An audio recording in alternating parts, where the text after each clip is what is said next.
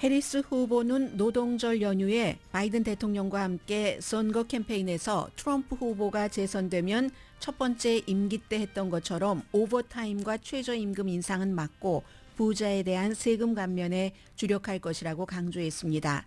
일본 철강 회사가 미국 철강 회사를 인수하는 것도 막을 것이라고 선언했습니다.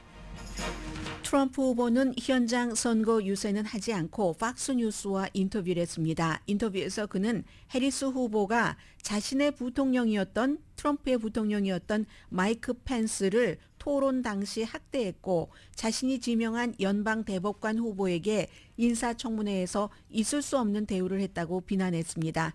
펜스는 교수형에 처할 만하다고 말한 트럼프의 말이라 어이가 없다는 등의 반응이 나옵니다. 이스라엘은 네타냐후에 저항하는 시위를 이어가고 네타냐후는 휴전에서 가장 중요한 요소를 거부하면서 대치 중입니다. 영국은 이스라엘 주권을 지지하지만 국제전쟁법을 명확하게 위반하면서 가자 지구에 폭격하는 이스라엘에 무기 수출을 제한할 수밖에 없다고 선언했습니다. 오늘 미국에서도 이 내용이 탑 뉴스입니다. 코스코 멤버십이 미국과 캐나다에서 어제부터 올랐습니다. 5,200만 명에게 영향을 주는 인상입니다. 트럼프 후보를 지지한 X의 사주 일론 머스크가 트럼프를 위한 캠페인을 과감하게 이어갑니다. 이번에는 카멜라 해리스 후보가 빨간색 옷을 입고 공산당 모자를 쓴 가짜 이미지를 X에 올렸습니다. 해리스는 취임 첫날 공산당 독재자가 된다고 공약했다는 말도 적었습니다. 미국이 베네수엘라의 마두로 대통령 개인 비행기를 압수했습니다. 프란치스코 교황은 재임 기간 중 가장 긴 기간의 아시아 방문을 시작했습니다. 인구의 3%가 카톨릭인 인도네시아에서 무슬림 사원도 방문하고 마지막 일정은 싱가포르가 됩니다. 여러분 안녕하십니까? 오늘의 미국 강예신입니다. 오늘 지금 알았어요. 유튜브 켰죠? 네, 지금 켰고요. 그 노동절 연휴가 끝났다라고 말씀드리려고 하다가 보니까 아니지. 보통 이제 미국 사람들이 오늘 내일까지는 조금 이제 장거리 여행을 하시는 분들은 노동절 연휴를 마무리하는 그런 기간이 될 겁니다. 그래서 혹시 스몰 비즈니스 하시는 분들 손님이 없다고 걱정하지 마세요. 가을이 시작됐다고 손님이 뚝 끊긴 게 아니라 아직은 이 노동절 연휴의 그 휴가 이런 것을 마무리하지 못한 그런 기분이다라고 생각하시고 편안하게 마음 잡수세요. 노동절 연휴에 해리스 그 후보와 바이든 대통령이 러스트벨트의 노동자들과 함께 했습니다. 주로 이제 노조에 가입돼 있는 그런 미시건주와 펜실베니아인데 피츠버그에서 함께 바이든 대통령과 해리스 후보가 선거 유세를 했습니다.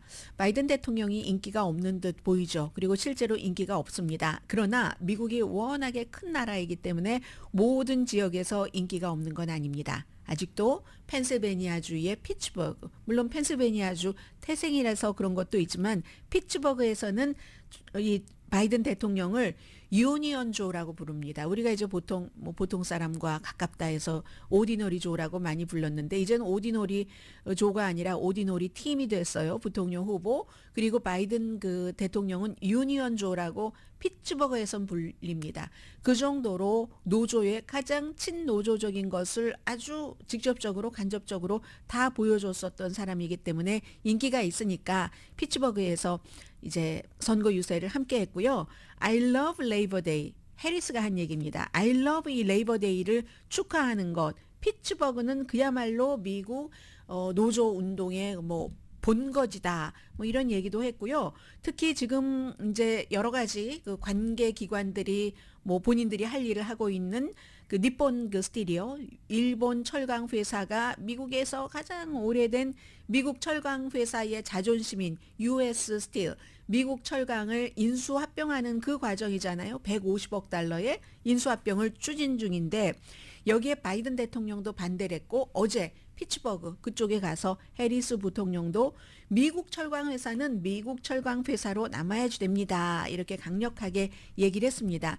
이런저런 얘기를 하다가 이제 그 앞으로 자꾸만 미국이 나가려고 하는데 트럼프 후보가 이러한 것을 뒤로 돌리려고 한다. 이 노동자들이 노조를 조직할 수 있는 자유가 없었던 시절까지를 포함해서 이렇게 얘기를 했습니다. 그러니까 당연히 미국에서도 이 노조 같은 것이 없었을 때 이렇게 근로자들이 너무 2차 대전 이후에 너무 여러 가지를 희생을 하고 돈 조금 받고 베네핏도 없이 노동 조건 나쁘게 일하면서 미국이 산업 그 시대에 굉장히 성장을 했죠.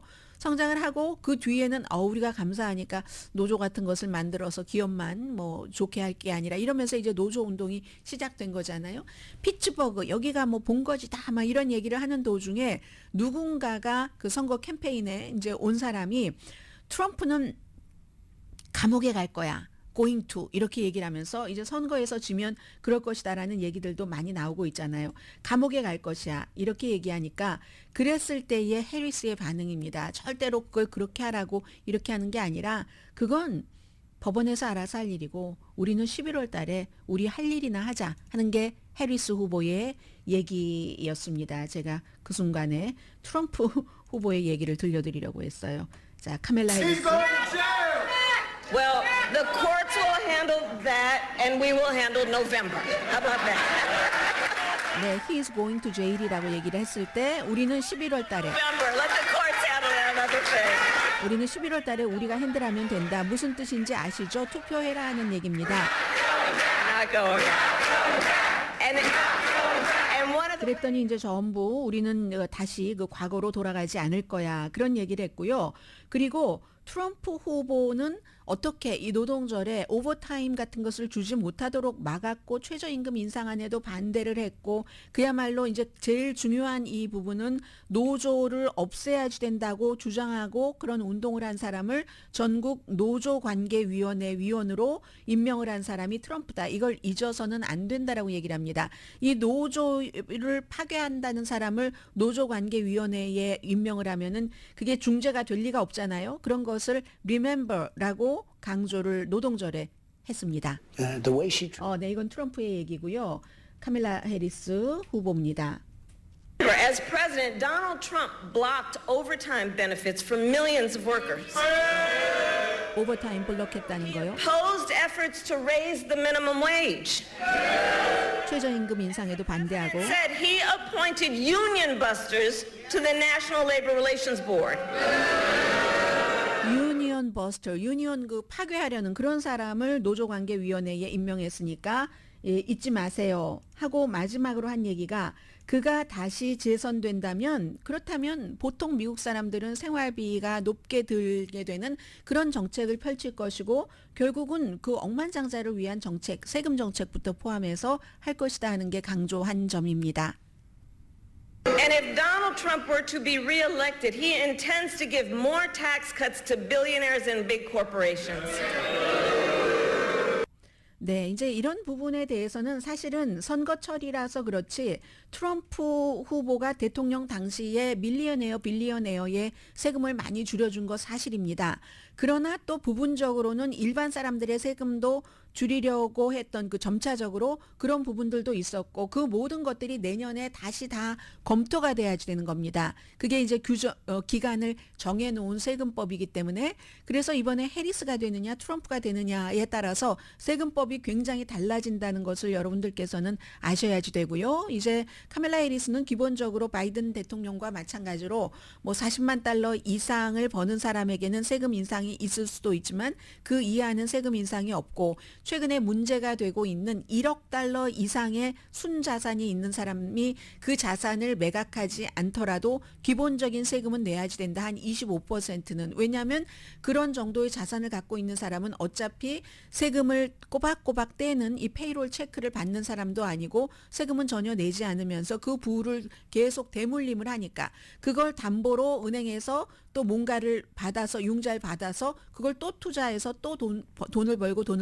이게 지금 굉장히 이슈가 되고 있는데요. 미국에서도 물론 1억 달러 이상의 자산을 가진 사람들이 많지는 않지만 그렇게 될 경우 그 사람들이 뭐를 내야지 되면 지금 갖고 있는 주식을 팔아야지 되는가? 그럼 주식 시장은 어떻게 되는가? 이런 문제인데요. 이건 사실 선거철에 하는 얘기입니다. 이것조차도 의회에서 통과돼야지 되기 때문에 그다지 그 한국과는 지금 달라요. 한국에서 하고 있는 여러 가지 뭐 세금 이런 것에 대해서는 지금 이제 여기까지가 카멜라 해리스 후보가 노동절 연휴에 열심히 이제 선거 유세를 한 거고요. 팀 월즈 부통령 후보도 따로 뭐 위스콘신의 밀와키의 노조 축제 레이버 페스트에 가서도 했고 그리고 오늘부터는 민주당에서 대대적인 선거 광고를 합니다. 텔레비전 켜면은 유튜브 켜면은 아마 카멜라 해리스의 광고를 접하시는 분들도 많이 계실 겁니다. 평소에 뉴스를 주로 보셨던 분이라면은요.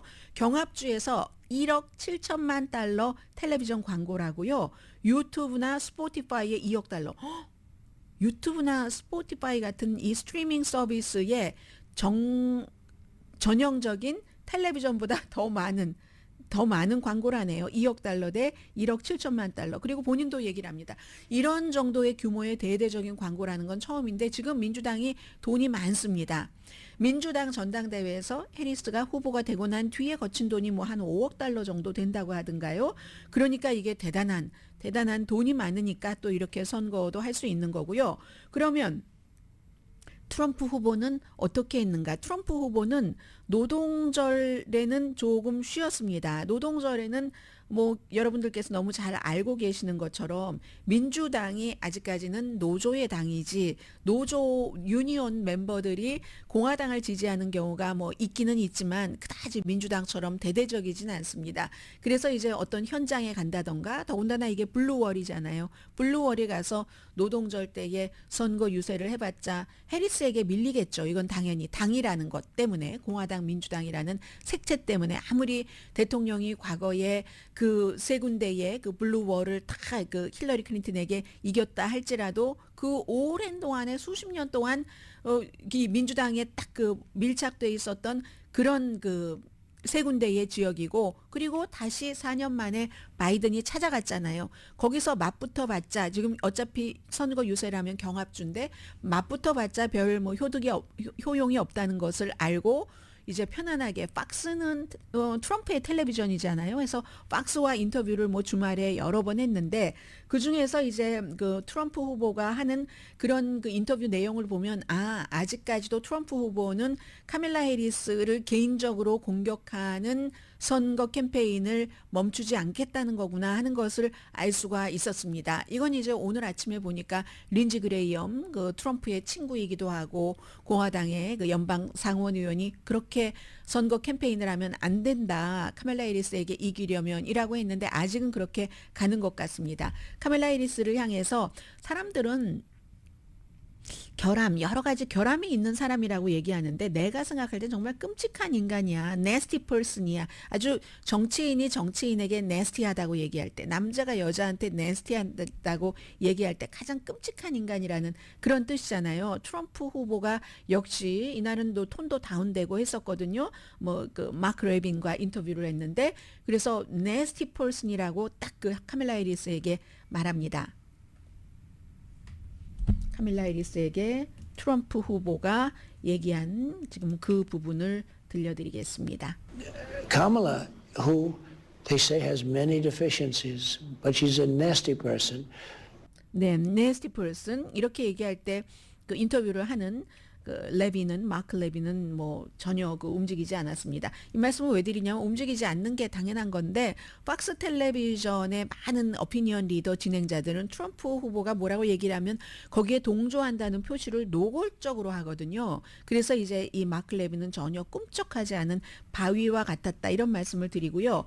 그리고 트럼프 후보가 카멜라 해리스가 지금 글쎄 마이크 펜스와 브렛 캐버나우가 이 선거 유세에서 어떠한 그 영향을 미칠지는 모르겠습니다만은 마이크 펜스 그 본인의 아래서 부통령을 했던 사람과 브렉 캐버나우라는 그 연방 대법관에게 정말 끔찍하게 사람을 대했는데 카멜라 해리스가 원래 그렇게 끔찍하게 대하는 거야. 누구도 그렇게 대우를 하지 않아라고도 말했습니다. The way she treated Mike Pence was horrible. The way she treats people is horrible. But the way she treated Justice Kavanaugh during that hearing, in the history of Congress, nobody's been treated that way. 네, 의회에서 이제 이때는 부통령이었었을 때가 아니라 브렉 캐버나우라는 연방 대법관, 뭐 여성 어렸을 때 뭐 부잣집 아들이잖아요. 브렉 캐버나우가. 그래서 부잣집 아이들이 그냥 막 놀던 그런 식으로 여자아이들과 파티하면서 강간하고 했었다는 거기에 대한 질문. 뭐 그리고 이제 뭐 아주 따갑게 하긴 했습니다. 그리고 또 하나는 이 지금 트럼프 후보가 얘기하고 있는 것은 그렇게 끔찍하게 의회의 멤버가 연방 대법관 후보에게 처우를 하는 적이 없다라고 얘기한 건 바로 이 부분입니다. 저는 그 부분이 굉장히 그 카멜라 해리스 당시에는 연방 상원의원 법사위원회 소속이었으니까 히트였다고 생각되고 그 힘으로 지금까지 카멜라 해리스가 낙태에 대해서 얘기를 할 때 역시 그 보조적인 힘을 받는 것이라고 생각을 하는데 트럼프 후보는 그렇게 얘기를 했습니다. 뭐였냐면 이제 그 브렉 캐버나우가 낙태에 대해서 당신은 어떻게 생각하느냐. 그게 이제 지금 그가 연방 대법관이 되고 나서 낙태 금지를 하는데 찬성표를 던진 이런 것으로 이어지는 거잖아요. 그때 카멜라 해리스는 상원 의원으로서 본인이 여자고 이렇게 물어봤습니다. 이 브렉 캐버나우 그 지명자께서는 미국 법에서 어떤 법이라도 정부가 남자의 몸에 대해서 파워를 갖고 있는 그런 법을 보신 적이 있습니까? 이렇게 물어봤거든요. 낙태권을 그렇게 한다는 거. 왜냐하면 이 사람이 연방 대법관이 되면 낙태를 금지하게 된다는 이런 것들이 그 당시에도 얘기가 많았기 때문에 그랬더니 브렉 캐버나우도 똑똑한 사람이잖아요. 답변을 안 합니다. 여기 대해서 이제 답변을 안 하는 거예요. 그런데 카멜라 해리스 그 당시에 상원 의원은 여기서 끝나지 않습니다. 그걸 아주 계속 물어보는 거예요. 그래서 할 수 없이 브렉 캐버나우라는 사람이 이 지명자께서는 어떤 법이라도 미국 법에 남자의 몸에 대해서 정부가 파워를 갖고 있는 것을 보신 적이 있습니까? 이 질문에 대해서 할 수 없이 브렉 캐버나우가 지금으로서는 제가 그런 법이 있다는 게 생각이 안 납니다. 라고 답변을 할 수밖에 없었거든요. 이 점을 얘기를 하는 거고 그리고 마이크 펜스에게 지독하게 대했다 하는 것은 이것도 이제 사람들이 다 알고 있는 얘기예요. 그때는 카멜라 해리스가 부통령 후보였을 때입니다. 조 바이든의. 후보였을 때 같이 후보 유일한 토론을 하는데 마이크 펜스가 자꾸만 중간에 껴드는 거예요. 여러분들 그 파리 기억하시죠? 그때가 바로 파리가 마이크 펜스 머리에 딱 앉았었던 그 순간이거든요. 자꾸만 카멜라 해리스가 말할 때인데 또 그 당시에 코비드 때기 때문에 가림판도 옆에 이렇게 가려놓고 토론을 할 때였어요. 말을 잊지를 못하게 이 그 마이크 펜스 후보가 그때는 부통령이었죠. 껴든 겁니다. 마이크 펜스도 토론 잘해요. 이 사람이 이제 그 어떤 그 라디오의 터크쇼 호스트를 했었기 때문에 그러니까 카멜라 해리스가 천천히 말합니다. 미스터 그 바이스 프레지던트 부통령 이렇게 얘기를 하면서 제가 지금 말하고 있는 중이거든요. 제가 지금 말하고 있는 중이니까 제가 이렇게 여러 번 얘기를 해도 계속 그 부통령이 얘기를 하는 거예요. 그랬더니 제가 말을 끝날 수 있도록 좀 해주시겠어요? 라고 얘기를 하니까 그러니까 부통령도 할 수 없이 sure 하고 입을 닫을 수밖에 없었습니다. 그 점이 이제 그 카멜라 해리스가 그 당시에 마이크 펜스 부통령에게 그냥 정말 펀치를 날렸다라고 얘기하는 거거든요. 이런 것들을 트럼프 후보는 너무 그 horrible이라고 얘기를 하잖아요. 그렇게 대우를 했었다라고 얘기를 하는 거고 그러니까 이런 것들이 지금 트럼프 후보가 좋아하는 X에도 많이 떠돕니다. 딱 이런 클립을 올려놓고 아니 트럼프가 마이크 펜스 본인의 부통령에게 카멜라 해리스가 이상하게 대우했다고 하는 말이 나는 이상해. 그는 자신의 말을 듣지 않는다고 선거 개표 그대로 해서 바이든이 대통령이 됐다고 선포하는 부통령으로서의 역할을 한다고 자신의 지지자들이 교수형에 처해야지 된다고 할 수 있도록 그 정도까지 그 사건을 의사당 사건을 몰고 갔었고 그 뒤에 교수형에 처해야지 된다 이런 보도들이 많이 나왔을 때도 이 트럼프 후보는 그는 그런 대우를 받을 만해라고 얘기를 했는데 카멜라 해리스가 그랬다고 이게 말이 되는 거야? 뭐 이런 식으로. 그러니까 지금 이런 걸 몰라서 트럼프 후보가 하는 거겠어요? 다만 거기서 그런 걸 보는 거죠. 아, 트럼프 후보는 그냥 카멜라 해리스가 나쁜 인간이야. 아주 인간적으로 싸가지가 없고 토론을 할 때나 청문회를 할 때나 그런 식으로 이제 이걸 쭉 몰고 가는 게 이 사람의 전략이구나라고 이제 사람들을 보는 것이고, 그러나 이제 그 같은 전략이 통할 것인가? 지금 대체적으로는 공화당 내부에서도 통하지 않을 것이라고 생각을 하니까 린지 그레이엄 같은 연방 상원 의원이 정책으로 돌아가라. 무슨 이민 아니면은 경제, 그렇지 않으면 카멜라 해리스를 이길 수 없어 하는데 그 사람들의 생각이 맞을지 아니면 무슨 뭐 트럼프의 생각이 맞을지는 알 수 없는 겁니다. 트럼프가 바보가 아닌 이상, JD 벤스도 아이비리그를 나온 바보가 아닌 이상, 어떤 사람은 또 JB리그가 예일대학교 법대 나왔다고 하니까 아니 그 사람이 GIB로 간 거 아니야 이렇게 얘기를 하지만 맞습니다. 그 고등학교 졸업하고 해병대로 군대 갔다가 오하이오 스테이트 유니버시티를 나왔고, 물론 그 예일대학교는 완전히 그 군대 간 것이 어떤 참작이 됐는지 되지 않았는지는 모르지만 참작이 됐다 할지라도 이 사람은 예일 법대를 졸업한 사람이에요. 예일 법대를 졸업한 사람이면 엄청 똑똑한 사람입니다. 그 경쟁을 어떻게 이겼겠어요? 그런 사람들이 계속 이런 얘기를 하는 것은 이건 전략일 수밖에 없다. 정말 아돌프 히틀러 옆에서 너무 히틀러의 사랑도 받았었고 하던 괴벨스, 그 괴벨스의 궤변 이것과 같은 이런 것을 이건 정책으로 하는 전략으로 하는 것 같다. 그래서 어쩌면 이 전략이 통할지도 모르겠다라고 생각하는 사람도 있고, 그건 이제 선거가 끝나고 분석이 끝나야지만 알 수 있는 일이겠죠.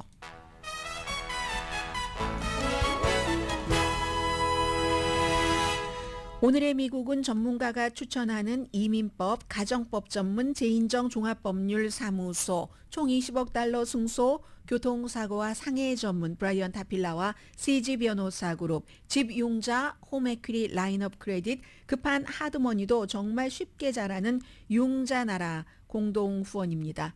네, 제가 사실은 이 트럼프 후보 측만이 아니라 이제는 카멜라 해리스 후보도요, 이 바이브한 그 아주 그냥 열기를 주고 생기를 주고 하는 것에서의 베네핏 받는 것은 끝났습니다. 지금부터는 정책을 많이 얘기를 해야지 되거든요. 맨 앞부분에 그 부분까지 넣으려고 하다가 아예 그냥 괜히 그 파울 요제프 그 괴벨스 얘기가 나오는 바람에 여기서 멈춰졌습니다. 아무튼 뭐 그 선전선동의 제왕의 그런 것을 지금 그 트럼프 후보와 JD 벤스 후보가 하고 있는 것이, 그건 이제 유권자를 너무 무식하다고 무시하는 그런 것을 밑바닥에 깔고 있는 것이기도 합니다.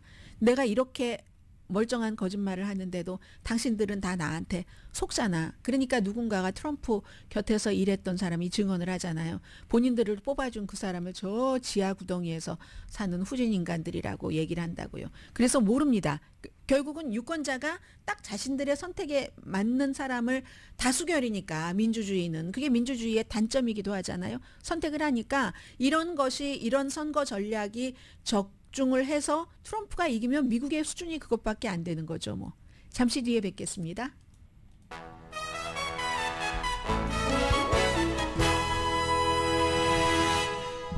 라디오 서울 방송 오늘의 미국 듣고 계십니다. 제가 웃었는데요. 유튜브에 어떤 분이 저를 아주 그냥 세게 치셔서 그거 보면서 웃었습니다. 스타 별 반짝반짝 별 선생님 최 선생님이네요. 편파적으로 방송하지 말고 생각을 하고 방송을 하세요. 기본급을 올려서 음식값이 올라가면 누가 힘들어질까요? 제가 오늘 이런 얘기 했던가요? 제 생각에는 일란 머스크라고 쓰셨네요. 아마 그냥 잘못 쓰신 거겠죠. 일론 머스크는 진짜 뉴스만 얘기하고 아줌마는 저 아줌마예요. 아줌마라고 하셨네요. 너무 거짓말 가짜 뉴스로 순진한 한국 분들 망쳐 놓는 것 같아요. 뭐 여기 막 맞춤법 틀리는데 이런 건 틀릴 수 있어요. 하다 보면 제발 언론인답게 중심을 잡길 바랍니다. 이렇게 얘기를 하셨네요. 근데 저는 다른 거는 뭐 다 그렇다 하고 일란 일론 머스크가 뭐 진짜 뉴스만 얘기한다고 하는 건 제가 잠시 뒤에 말씀을 드리겠고요. 아줌마, 뭔가를 잘못한다고 할 때 의견 표시를 하실 때 항상 아줌마라고 하시는데 저는 그게 싫거든요. 뭐 아줌마가 어때서 아줌마 하시는 거죠? 제가 아무튼 뭐 일론 머스크는 진짜 뉴스만 하고 저는 가짜 뉴스만 하신다고 하니까 뭐 여러분들께서 판단을 하시겠죠. 자, 뉴스를 전해드리겠는데 오늘 뉴스가요. 아직까지는 말씀드린 것처럼 노동절 연휴 분위기가 있거든요. 아, 그리고 최 선생님이 말씀하신 그 부분도 상당히 맞는 부분도 있죠. 뭐 제가 오늘 다루거나 한 것은 아니지만 만약에 음식값이 올라가는 것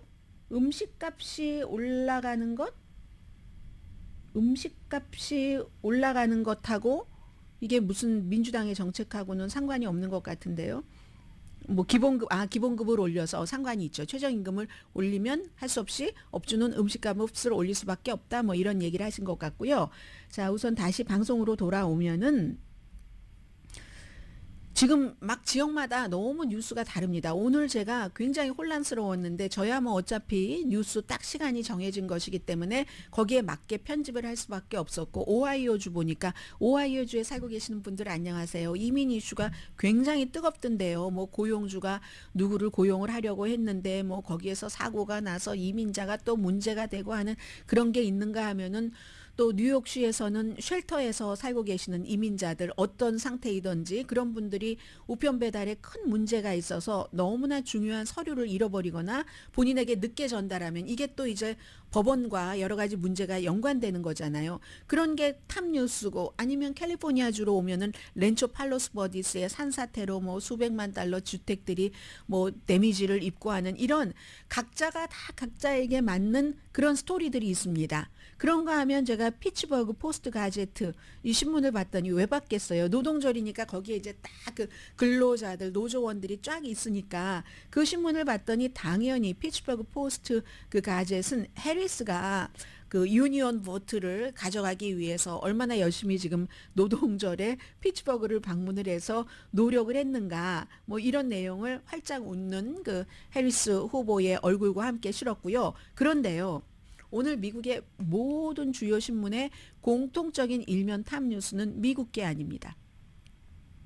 피츠버그나 오하이오나 로스앤젤레스 어디서 발행되는 신문이라 할지라도 전국 신문이건 지역 신문까지 전부 이 내용을 전합니다. 사진으로서는 저는 워싱턴 포스트의 사진이 가장 와 닿는데요. 이 사진에는 영어가 하나도 없습니다. 다 이제 이스라엘 히브리어로 있는 거예요. 인질들 이미 숨졌는데 웃고 있는 인질, 미국계 이스라엘계 미국 청년이죠. 23살.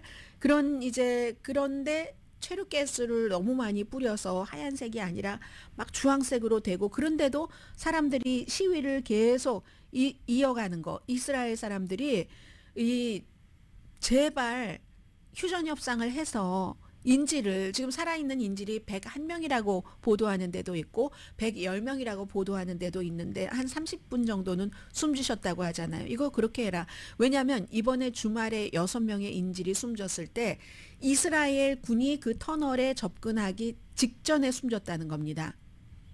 그러니까 하마스가 이거 이스라엘 당신들이 숨지게 한 거야 라고 얘기를 하는 거고 이스라엘은 하마스의 총탄에 맞아서 숨졌다. 우리가 접근하기 직전에 그렇게 했다는 건데 여기서 잘 봐야지 됩니다.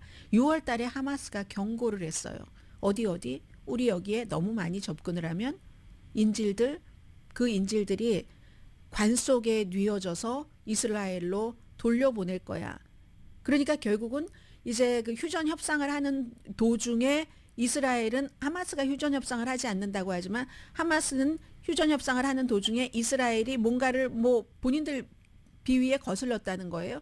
그러니까 너희들이 원하는 인질이 이렇게 숨졌다는 거고 지금 이스라엘 국민들은 하마스의 주장에 동조하는 게 아니지만 이스라엘이 이렇게 과격하게 나가면 과격하게 나갈수록 남아있는 그 국민들이 숨질 수 있다는 그런 것에 의해서 이스라엘이 지금 오늘 사흘째가 되네요. 정부가 거의 마비가 됐습니다. 가장 큰 노조도 제발 인질 협상을 좀 해라라고 얘기를 하는 거고 그러니까 이제 미국에서도 이러한 내용들이 전부 탑뉴스로 나오는데 이건 이제 미국의 바이든 대통령과 벤자민 네탄야후의 그 고리 같은 것이 끊어지면서 네탄야후는 제발 이거 트럼프가 대통령이 되라 하고 기도하고 있고, 미국의 세계 다른 나라에서의 위상이라든가 이런 것과도 연관이 되는 거고, 물론 미국이 이스라엘에 무기 많이 팝니다.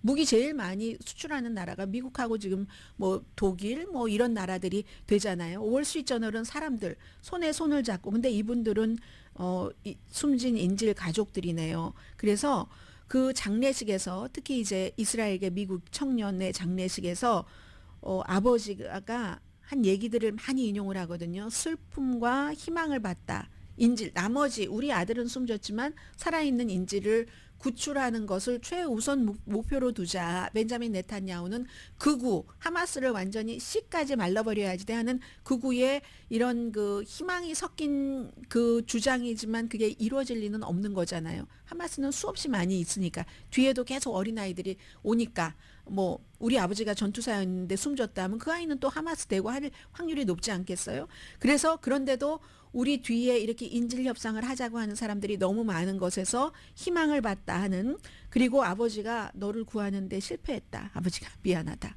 뭐 이런 얘기를 한 것, 월스트리트저널이고요. USA 투데이는 그의 기억이 혁명이 되기를. 이게 이제 그 뭐 많잖아요. 이스라엘에는 탈무드, 이스라엘 그들이 지키는 전통, 그들이 지키는 말, 속담, 전통적인 그 유대인들이 그 애도할 때 그의 기억이 뭐가 되기를죠? 축복이, 그의 기억이 축복이 되기를, 뭐 이렇게 기도를 한답니다. 그걸 그의 기억이 혁명이 되기를. 이때의 혁명이라고 하는 것은 다른 인질들을 구해낼 수 있는 그런 거잖아요. 그게 이제 USA Today에 그렇게 May his memory가 revolution이, be a revolution이 되기를 하고 실었고요. 애틀란타 저널 컨스티튜션도 마찬가지입니다. 조지아주에서 발행되는 네타냐후가 휴전 이런 데에 대해서 꿈쩍도 하지 않을 것을 알기 때문에 분노가 너무너무 커져가고 있다, 이런 거거든요. 근데 이제 이 내용은 조금 앞으로도 계속 될 것이고, 여기에 따라서 미국 대선도 영향이 있고 하니까 좀 전해드리자면요. 저는 장례식장에서 어떤 분이 하신 얘기인지는 모르는데 그 얘기가 가장 그냥 좀 정말로 좀 나에게는 와닿네 하는 생각이 드는 게, 이제야 자유가 됐구나. Finally, you are free.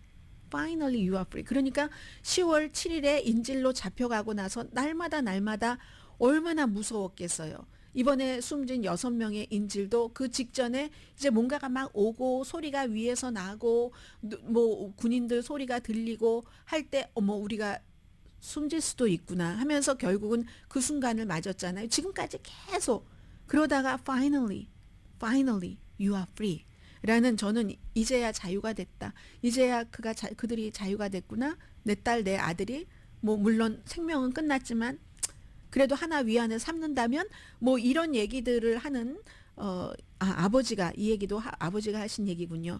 그날도 지키지 못했고, 그리고 집으로 데리고 오지도 못했고, 여기에 대해서 이스라엘 그 대통령도 사과를 했습니다. 이삭 헤르조그 대통령이요. 그리고 벤자민 네탄야후 그 총리는요, 눈물도 조금 흘리던데요. 눈물도 흘리면서 용서해달라고 하기보다는 미안하다고까지만 말해야지 되는 게 맞는 게 아닌가 모르겠는데요. 그리고 나서는 본인의 입장을 계속 지금 가지고 갑니다. 눈물은 보였지만, 인질 사망에 대해서 사과도 했지만 우리는 아무것도 잘못한 게 없다는 게 네타냐후의 얘기입니다. 그리고 오히려 이제 이런저런 일이 있고 나서 영국이 이스라엘에 파는 무기 수출을 줄였거든요. 뭐 다 안 한다는 건 아니지만 이런 건 몇 퍼센트, 이런 건 몇 퍼센트, 그걸 쭉 데이터를 봤더니 이스라엘이 영국이 수출한 그 무기를 가지고 가자 지구에서 민간인을 살해하는 데 쓴 거예요. 죄 없는 하마스가 아니라 민간인을 살해하는데.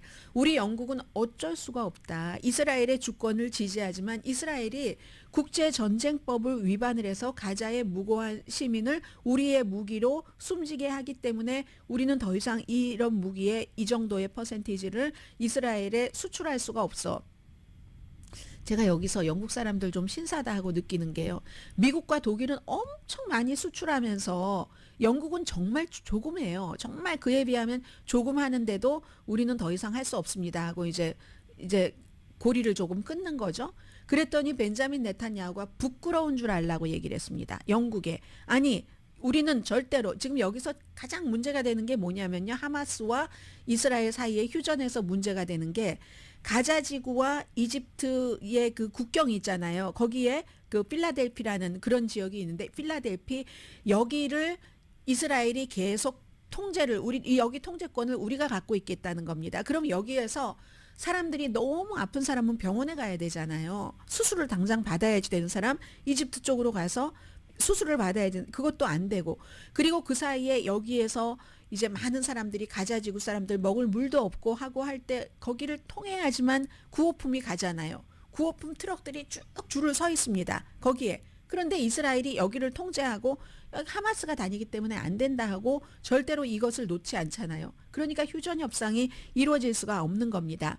네탄야후는 하마스를 무찌르고 인질들을 집으로 오게 하고 그리고 가자 지구가 더 이상 이스라엘의 위협이 되게 하지 않는다는 우리의 목표는 변함이 없다. 똑같다는 겁니다. 하마스를 완전히 무찌른대요. 그리고 인질들을 완전히 집으로 돌아오게 한대요. 이거 이렇게 인질들을 하마스가 살해까지 하잖아요.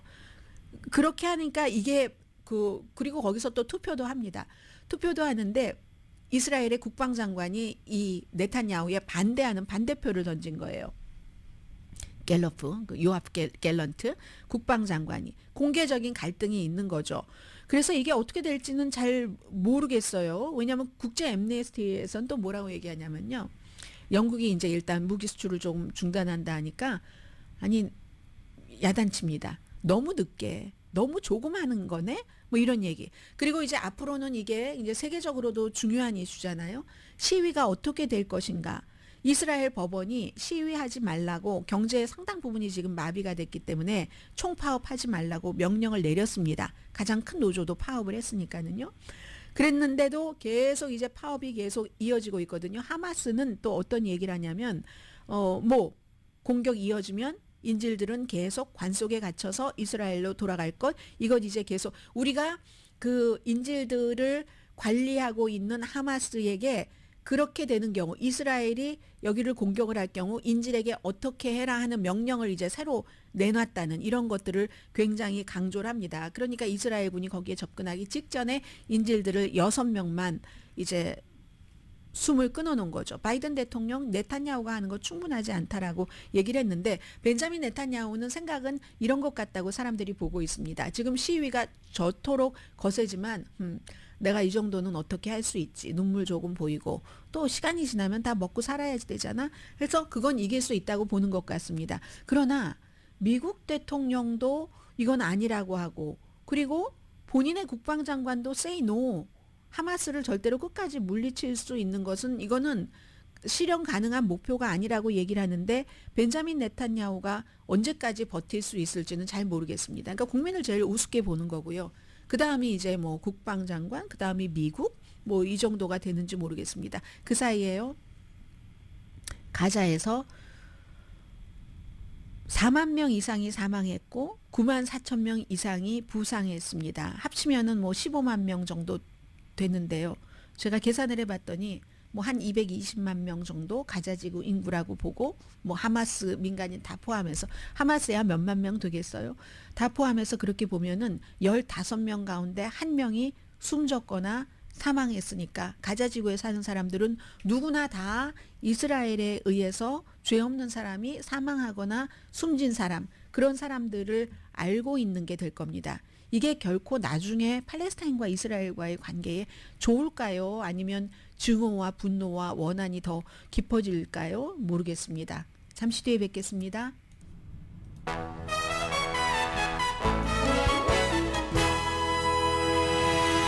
라디오 서울 방송 오늘의 미국 듣고 계십니다. 잊고 계셨죠? 어제부터 코스코 멤버십 올랐다는 것.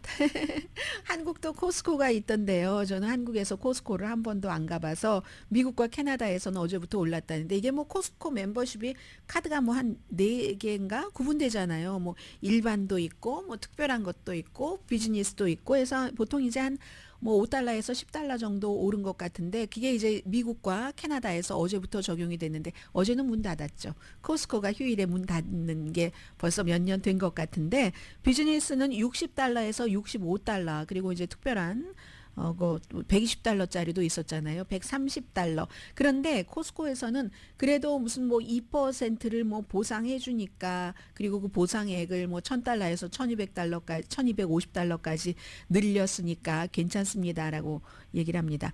원래는 이 인플레이션 이런 것들이 있어도 가격을 계속 유지하다가 하도 여러 사람이 돌렸으니까 뭐 여기에 대해서는 뭐 각자의 생각이 다르니까. 그런데 저는 이거는 아닌 것 같아요. 돈이 너무 많으면서 본인이 코스코 멤버십 정도 사는 거 아무것도 아닌 그런 분들이 꼭 그 남의 거 빌려서 하고요. 그리고 본인이 돈이 너무너무 많아서 이건 정당한 돈을 주고 살 수 있는 것도 어떻게 하면 이건 돈을 안 주고 그냥 뒤로 어떻게 해보나 하는 그런 분들은 단속해야지 되는 것 같아요. 샘스 클럽은 자 이래하여 또 팬이 또 떨어져 나갔습니다. 몇 분이 될지 모르지만 그래도 또 드릴 말씀은 드려야죠. 샘스 클럽도 안 올리다가 2022년도 10월 달에 올렸었잖아요. 아무튼 뭐 어제는 문 닫았으니까 오늘 이제 만약에 오늘 처음 가신다면은 여러분들 오른 가격으로 멤버십을 사셔야지 되고, 그리고 이제 기간이 지나면 자연스럽게 자동적으로 오르겠죠. 일론 머스크 말씀 좀 드리겠습니다. 트럼프 후보를 공식적으로 지지한 X의 사주 일론 머스크가 트럼프를 위한 캠페인을 과감하게 이어갑니다. 제가 이렇게 말씀을 드렸습니다. 이번에는 이 노동절 주말에 카멜라 해리스 후보가 아주 빨간색 옷을 입고, 근데 카멜라 해리스 후보 이거 너무 많이 뭐 보정을 한 게 아니라 이거 인공지능으로 어떻게 한 것 같은데 얼굴이 너무 뾰족하네요. 이 붉은색 군복을 입은, 그리고 공산당의 그 상징 있잖아요. 이렇게 낫하고 이렇게 그 망치 낫 이렇게 해놓은 그것으로 그 모자를 쓰고 공산당 막 여기에 뭐 달고 하는 그렇게 보이는 이미지를 딱 올렸어요. 그리고 나서 카멜라 해리스는 첫날부터 공산주의 독재자가 되기로 맹세합니다. 여러분 이런 옷 입고 있는 거 믿어지시나요? 뭐 이렇게 얘기를 했습니다. 그러면 이게 왜 이런 게 올리게 됐는가 하면은 그 전에 카멜라 해리스가 트럼프가 취임 첫날 독재자가 되겠다고 서약을 했다. 우리는 절대로 그렇게 놔주지 않을 것이다 라는 거. 그냥 하얀색, 까만색, 빨간 색깔만 있어요. 도널드 트럼프가 그렇게 서약했다. Vow to be your dictator on day one. 여기까지만 얘기를 한 거죠. 반쪽 맞는 거죠. 이거 트럼프 후보가 내가 오로지 첫날에만 독재자 할게. 뭐 이제 막 뭐 사람들 이민자들 내보내고 뭐 오일 시추하고 막 첫날만 하게. 셔네니티와 인터뷰에서 이가 약간 농담스럽게 한 얘기긴 하지만 정치에선 모든 것들이 이렇게 활용이 되잖아요. 그래서 정치인들이 조심을 하고, 카멜라 해리스는 딱 이마에 쓰고 뒤에 흑백 사진, 트럼프의 흑백 사진을 쫙 걸어놨더니 거기에 대한 답을 한 거예요. 아예 공산주의자 옷을 입고 카멜라 해리스가 공산주의자가 된다고 선언을 했다. 근데 이 해리스가 한 것은 뭐 반쪽, 트럼프가 그 말을 하긴 했으니까, 그러면 여기에 대해서 일론 머스크가 한 것은, 이건 카멜라 해리스가 나는 첫날부터 공산주의자가 되겠다고 서약을 한 적이 없잖아요. 여기에 대해서 그러면은 일론 머스크의 이게 왜 뉴스가 되느냐. 이 사람은 너무 많은 팔로워를 갖고 있는, 너무 돈도 많은, 너무 영향력이 있는 사람인 거예요. 나 일론 머스크처럼 되고 싶다는 사람들도 너무 많고, 그런데 이건 일론 머스크의 X의 룰조차 어긴 거잖아요. 사람들을 속이거나 혼란스럽게 하거나 해를 끼칠 수 있는 합성, 조작, 맥락이 없는 이런 것을 하면 안 된다. 그리고 인공지능으로 하면 인공지능이라고 표시를 해야지 된다라고 얘기를 하잖아요. 그런 자신의 매체에 자신의 그 이런 조직에 자신이 그걸 올린 거예요. 그리고 또 이렇게 말할 수 있겠죠. 뭐 미디어의 진실성에 심각한 혼란을 주지 않는 풍자는 허용을 한다. 이게 풍자는 허용을 한다. 이게 이제 문제가 되는 거죠. 그래서 제가 일론 머스크는 영향력이 있는 사람이기 때문에 그런 말씀을 드렸고요. 자, 오늘 이슈가 자꾸 밀리고 있습니다.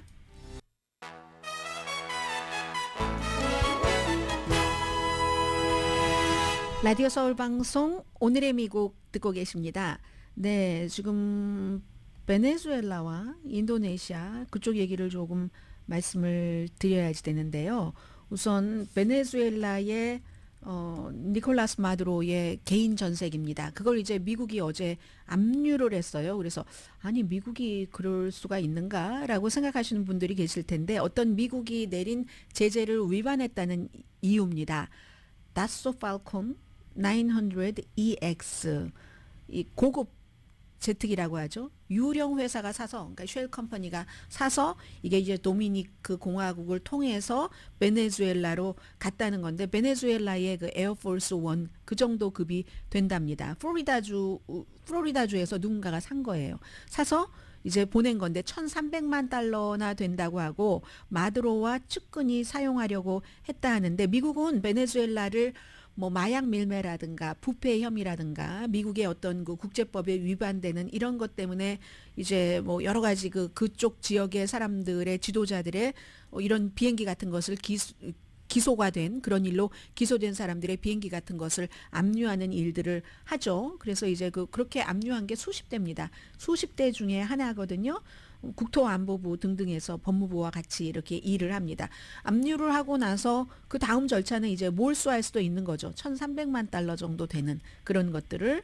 그리고 이제 프란치스코 교황이 인도네시아에 가셨는데, 인도네시아는 인구의 뭐 87% 이상이 무슬림입니다. 그리고 카톨릭은 3% 정도밖에 안 되는데, 뭐 그런 나라에 갔다고 하는 것이, 이 프란치스코 교황은 내가 3%의 카톨릭을 위해서 거기에 갔다 이렇게 얘기하지 않으십니다. 이 결국은 나 이후에도 지금 87세고 한 3개월 되면 88세가 되시잖아요. 나 이후에도 그 종교라는 것이 많이 서로 이렇게 이해하고 합쳐져야지 되는 거잖아요. 이 무슬림 국가에서 분명히 인도네시아에서 카톨릭 신자들이 학대를 받는 것 사실 그거 맞습니다. 맞기는 맞지만, 그런데도 거기에 그것만을 위해서 갔다라는 것보다는 내가 인도네시아의 그 유명한 뭐 종교적인 공존의 상징인 어떤 그 사원을 이제 방문을 이미 하셨는지도 모르겠네요. 아니면 오늘 대통령 만나니까 미리 하셨겠네요.